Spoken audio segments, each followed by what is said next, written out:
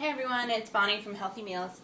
So we're going to do something a little different. Karen over at the Savory Spice Shop has a recipe, make sure I get this correct, that is sugared cardamom pears. Well, I have a client who can't do the sugar right now. So we're going to modify this a little bit and see how it turns out. So here's what I have. I have 2 Anjou pears, these right here, okay?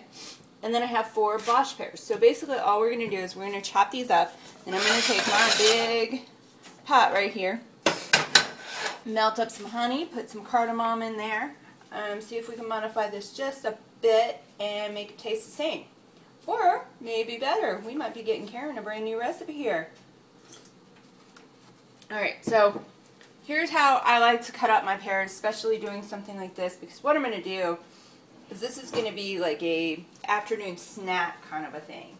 I want to make it almost as though I were making an apple pie, you know. So you want to cut it in fours, because we got to get these seeds out of the middle, okay. And pears are fairly simple. They're like apples to get out of it, okay. And just a little bit in the middle. Chop that puppy up. And then I'm just going to do thin slices.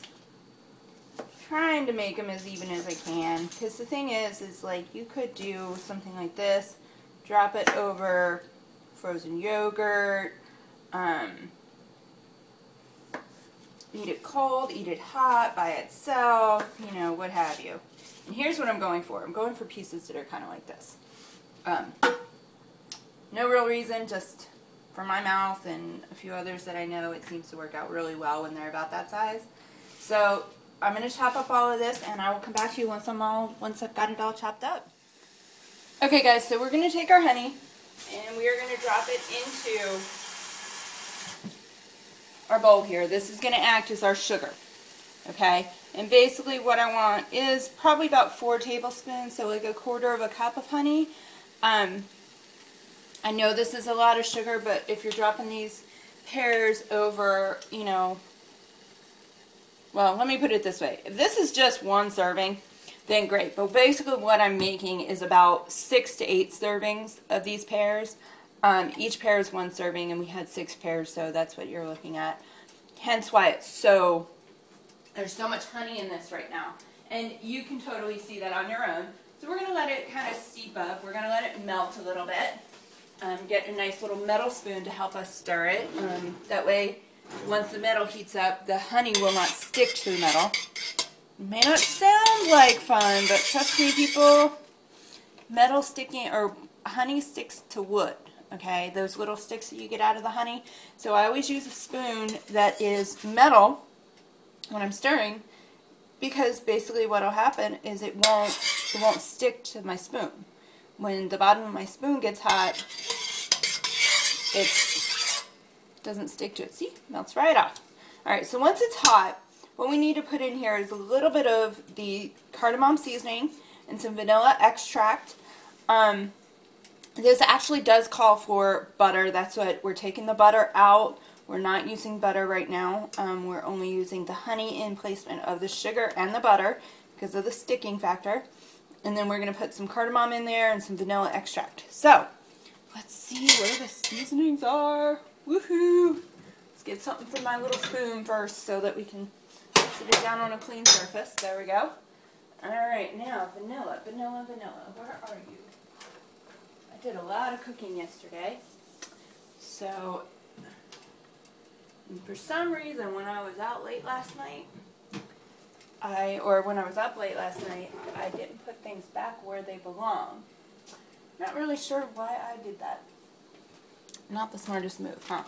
Alright, so this calls for a 1/4 teaspoon of ground cardamom, and that's for, what is this, 4 servings? Yeah, 4 servings. So we're going to put about 1/2 teaspoon of the cardamom in. Oh, look! It's boiling a little bit. Yay!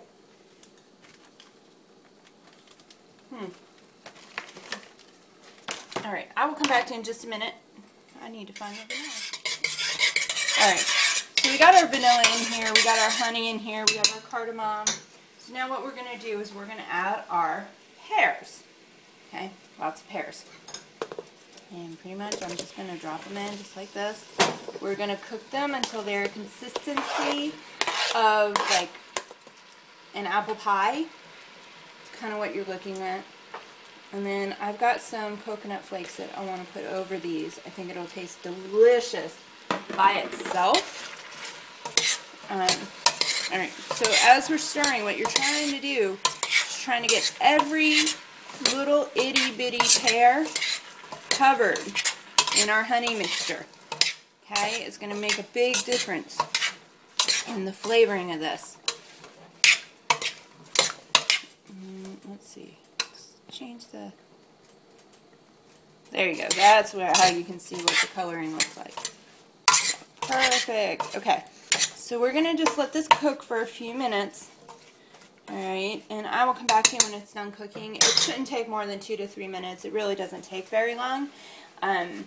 It's just a matter of letting it steep and cook and soften. And then once and I don't want it too softened because I like my vegetables and my fruits crunchy.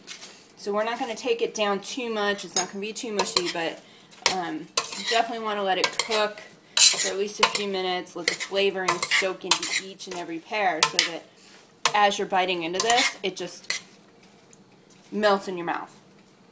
Okay, so I will see y'all back here in just a few minutes. Okay guys, so here's what we have, okay? This is what it looks like. See how it's still kind of liquidy?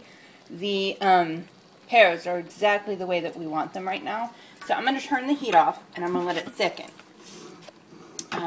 In the meantime, I'm going to take some of our coconut flakes right here and we're just going to sprinkle about a 1/4 cup over it and mix that in. I think that's just going to add so much flavor, and oh my gosh, the detoxifying elements that you're getting out of this right now, oh, amazing, amazing, amazing. So, and I will tell you, I am not a big coconut fan, but for some reason, since I moved to Texas, it is a staple in my diet now. Like coconut water, it's always in my fridge, or at least typically is. Alright, so we're going to just mix that in. Coconut just soaks up flavor, so you don't want to put it in too soon. It is the very last thing you want to put in. So, we're going to leave this at it as is because I want this to thicken up. Okay, so I got a little cut off, but I just wanted to show you. So the very last thing you put in is the coconut, and we're just letting this sit, letting it thicken. See all the nice browning that's going on? Oh, it just looks delicious. It's almost like it's roasting itself in the honey juices. I'm going to take this and actually store it as individual servings. You can store it as one whole major serving, but I kind of like individual, or at least split up, because it takes a lot of that excess juice that will be hanging around once we're done letting this thicken up, and it gets rid of it. So you don't go and have this out of the fridge, want it to be cold, and or heating it up and just basically ending up with pear mashed potatoes. We want pear dessert. That's what we want to have. So here you go. Delicious. You guys got to try this. It is a great recipe. I think the only difference between what I made and the way that Karen down at the Savory Spice Shop does it is it's a lot thicker. We don't have to let it sit. So just a heads up, either way that you do it is just fine. If you're on dietary restrictions, this is how you want to make this. So anyway, enjoy, you guys. I will see you tomorrow.